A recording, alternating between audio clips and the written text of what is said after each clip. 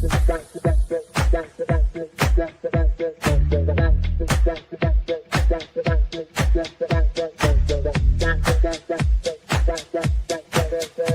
Connections Radio presents. This episode of Dana Does Voices is brought to you by Classy Communications PR and Advertising. Classy Communications provides public relations and marketing solutions for businesses, professionals, and non-profit organizations. They can deliver the true meaning of your business with press releases, social media marketing, web development, email marketing, book publishing, and much more. Wherever your potential clients are, they can help you connect with them. Visit classycommunications.net to learn more about their suite of services that can help your business stand out from the rest. Classy Communications is your solution for business success. Welcome to the Dana Does Voices podcast with Dana Wall Oakley on prconnectionsradio.com. In each episode, I will showcase my voiceover talent by reading my own scripts with multiple characters, highlighting various accents and voices. I will occasionally interview a diverse mix of entertainer-type individuals. Tune in to PR Connections Radio, Facebook, and YouTube Live to watch Dana Does Voices with Dana Wall Oakley. Hi there, and welcome to another holiday episode of Dana Does Voices. This one is my Halloween episode. Today, I will actually be reading two different original scripts. The first one has 3 characters, and the second, 4. Hopefully, you'll have a whole lot of fun listening. The first one is the story of Crackvin, the lonely swamp monster. Once upon a time, there lived a handsome, actually, let's not mince words. He was a disgusting swamp monster in an abandoned school in a spooky wooded swamp. His name was Crackvin, and he was lonely. One year, as it was nearing Halloween, Crackvin decided to go out exploring the woods surrounding his swamp to find a companion, someone he could talk to and play swamp games with in the overgrown schoolyard. The bats living in the belfry were not quite the conversationalists for whom he was yearning. I may be a disgusting swamp monster, but I am so lonely in my swampy, spooky, abandoned school with only my bats for company. I need someone to talk to, someone to play with, someone who will help fill my boring days and lonely nights with scintillating friendship and companionship. I need to have some courage and venture out and find a friend. I will find someone that won't mind my muddy complexion and my oozing mossy limbs. On Halloween Day, Crackvin screwed up his courage and left the schoolyard. He squelched his way toward the nearby town Lycanthro City. Overhead was a full moon, and he found his way easily through the swamp and the spooky woods by its bright light. His pet bats had joined him for company, but flitted off here and there, chasing down juicy bugs. They really weren't much company. Crackvin, our disgusting, handsome swamp monster, saw Lycanthro City and watched from the outskirts. As it was Halloween, he saw costumed kitties running up and down the street from house to house, yelling "Trick or treat!" and getting goodies from the people within. What a good idea! I will go up to the houses and make friends with those others dressed as monsters. Maybe they will think I am a kid dressed up too and want to be my friend. Crackvin thought to himself and went into the street. He approached the first house and knocked on the door, leaving a huge muddy splat. Something opened the door. Crackvin thought it might be a male human, but he wasn't very familiar with that type of thing, so he wasn't sure. His exposure to humans had been very limited, what with being stuck in a swampy, spooky, abandoned school. Also, this human had horns on its head and a red face, and he didn't think humans normally look like that. In fact, it kind of looked like his sometime buddy Beelzebub. Speaking in the devil's tongue, Crackvin tried to talk to it. Hey there, beastie. How's it going? Of course, the human didn't understand him. It just screamed and fell on its back. Did that thing just faint? He wondered to himself. Why on earth did it do that? Am I too scary? Crackvin moved on to the next house, and then the next. No one wanted to talk to him. They either gave him weird wrapped foodstuffs or fainted. This is getting ridiculous. I want to talk to someone. I need to find a friend for my lonely nights and boring days in the swampy, abandoned school in the spooky woods. Will anyone ever talk to me? Would anyone ever talk to him? He is handsome after all. It's right there in the description. Okay, he really was a disgusting, muddy, slimy swamp monster. But there was someone out there for everyone, wasn't there? Crackvin kept his hopes up as he went from street to street on Halloween looking for a friend. As the long night wore on, he got very tired and decided that it just wasn't a good Halloween after all. What a horrible Halloween. I never should have left the school. The bats will have to do, I guess. Crackvin sighed as he talked out loud to himself and headed back to his school. Bats? Crackvin heard panting from behind him. He spun around, flinging mud in all directions. I love bats! It was a young werewolf. Was it really a werewolf or just another kid in a costume? You do? That's cool. I had a flock of bats as pets. They were following me. I don't know where they disappeared off to. Will you help me find them? Sure, sounds like fun.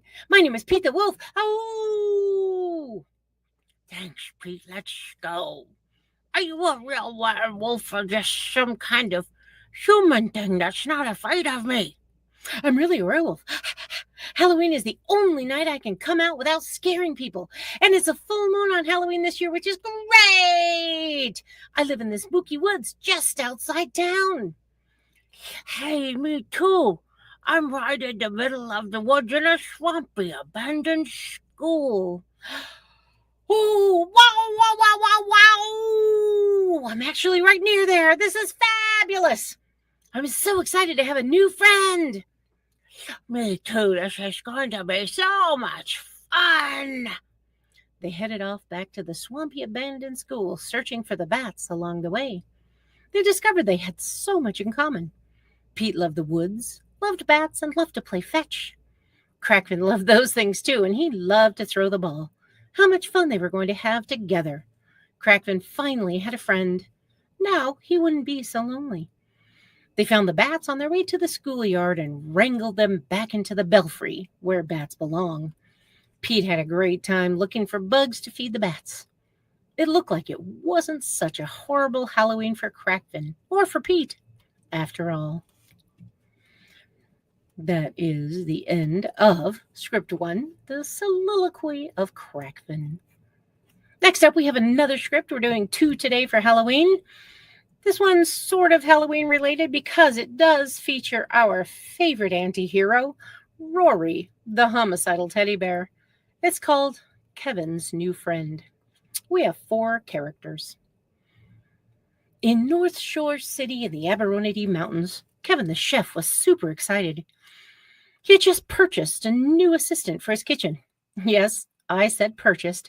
He found a fabulously priced robot on Amazon, and it had just been delivered. Kevin had decided to add to his menu's selection of desserts, and this robot was programmed for cooking, as well as baking, all types of food. Kevin wrestled the robot out of the box, assembled a few easy parts such as a head and arms and a motherboard. He turned it on. The robot was about 4 feet tall, of silvery gray metal. It had a square head, triangular holes with red light bulbs for eyes, a rectangular slit for a mouth, arms with multi-tool hand-type pieces, and a square body that ended in treads to enable the robot to move with ease on any surface. Kevin was thrilled with his new baking assistant. He really hoped this would bring a whole new level of customer to his diner. A cheerful digital voice emanated from the mouth-like slit on the robot's head, while the eyes flashed in time as it talked. Please state my name and function. Hi there, you're Bacon Bob, and you will bake cakes and other desserts for my diner. Can you start with a big chocolate cake, please? Very good. Please stand back. And with that, Baking Bob did a turn around the kitchen a few times to find the equipment and ingredients it needed to start baking. Cool. I really hope it knows what it's doing. I could sure use some amazing desserts to bring more business into the diner.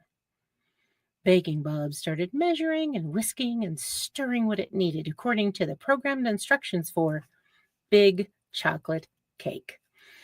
He poured the chocolate mixture into big pans and into the oven to cook. Then the robot gathered the necessary ingredients to make frosting. Kevin was mesmerized by the efficiency.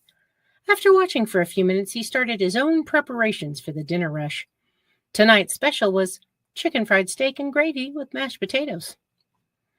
In his quiet forest clearing, our favorite homicidal teddy bear had just come out of his cave to head down to North Shore City and bother Kevin the chef for dinner.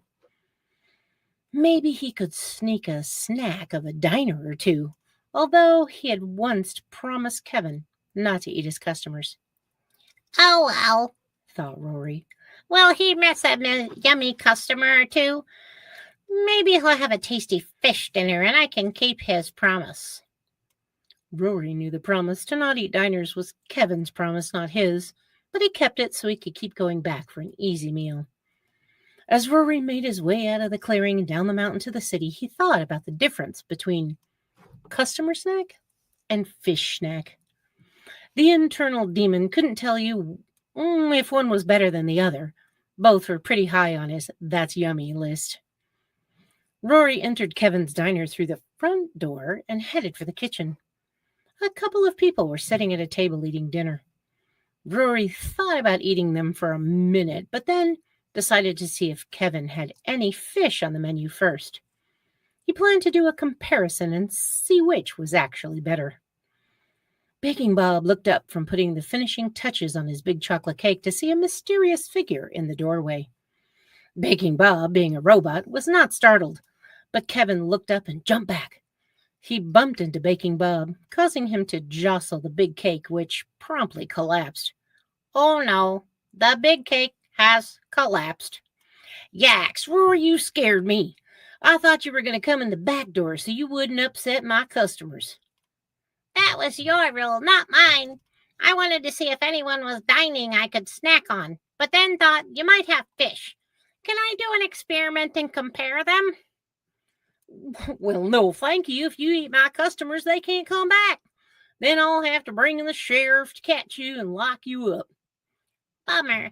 I really don't want to be locked up, even though I don't think the sheriff could catch me. I would have to eat him, and then I would have to eat you because you snitched. What the heck is that big silver dude in your kitchen, and what is he doing? Kevin tried to stay composed at the thought that Rory might eat him. He thought to himself, "Ooh, I really need to calm Rory down and make sure he leaves happy without eating my diners. I wonder if he likes chocolate." Kevin laughed. It was that, or cry. "Well, that's my robot, Baking Bob. He will make desserts for my menu. Well, the first cake just collapsed completely. Do you like chocolate? Do you want the cake?" Rory laughed too. He had never had chocolate. "Ha! Don't know. Never tried chocolate. Suppose I could give it a try." And Rory downed the enormous collapsed chocolate cake with one big chomp. Kevin watched in horror and wonder, hoping Rory would like it. Rory rolled his tongue around, savoring the taste of chocolate. He liked it. Yes, he liked it very much. Yes, I think I love chocolate cake. Got any more? I'll trade you your customers today for some more cake." "Baking Bob, bake like the wind. Get some cakes done pronto." Baking Bob actually laughed a cheerful robot laugh. He. Message received. Baking commencing. The cheerful robot quickly made 4 more big chocolate cakes. None of them collapsed, and Rory only ate 3 of them, which left 1 for his diners. So Kevin the chef was happy. Rory was happy, and so full he had to waddle slowly back to his quiet forest clearing and his cozy cave to sleep off the sugar high for a week. Kevin thought about how laughter had solved his Rory problem today and hoped that the next time it would be just as easy. And that was Script 2. Thank you so much for watching and listening to Dana Does Voices on PR Connections Radio. Tune in for another set of original scripts on the next holiday. See you then. Thanks again. PR Connections Radio thanks you for watching this podcast. Check out more episodes of this show and our others at prconnectionsradio.com.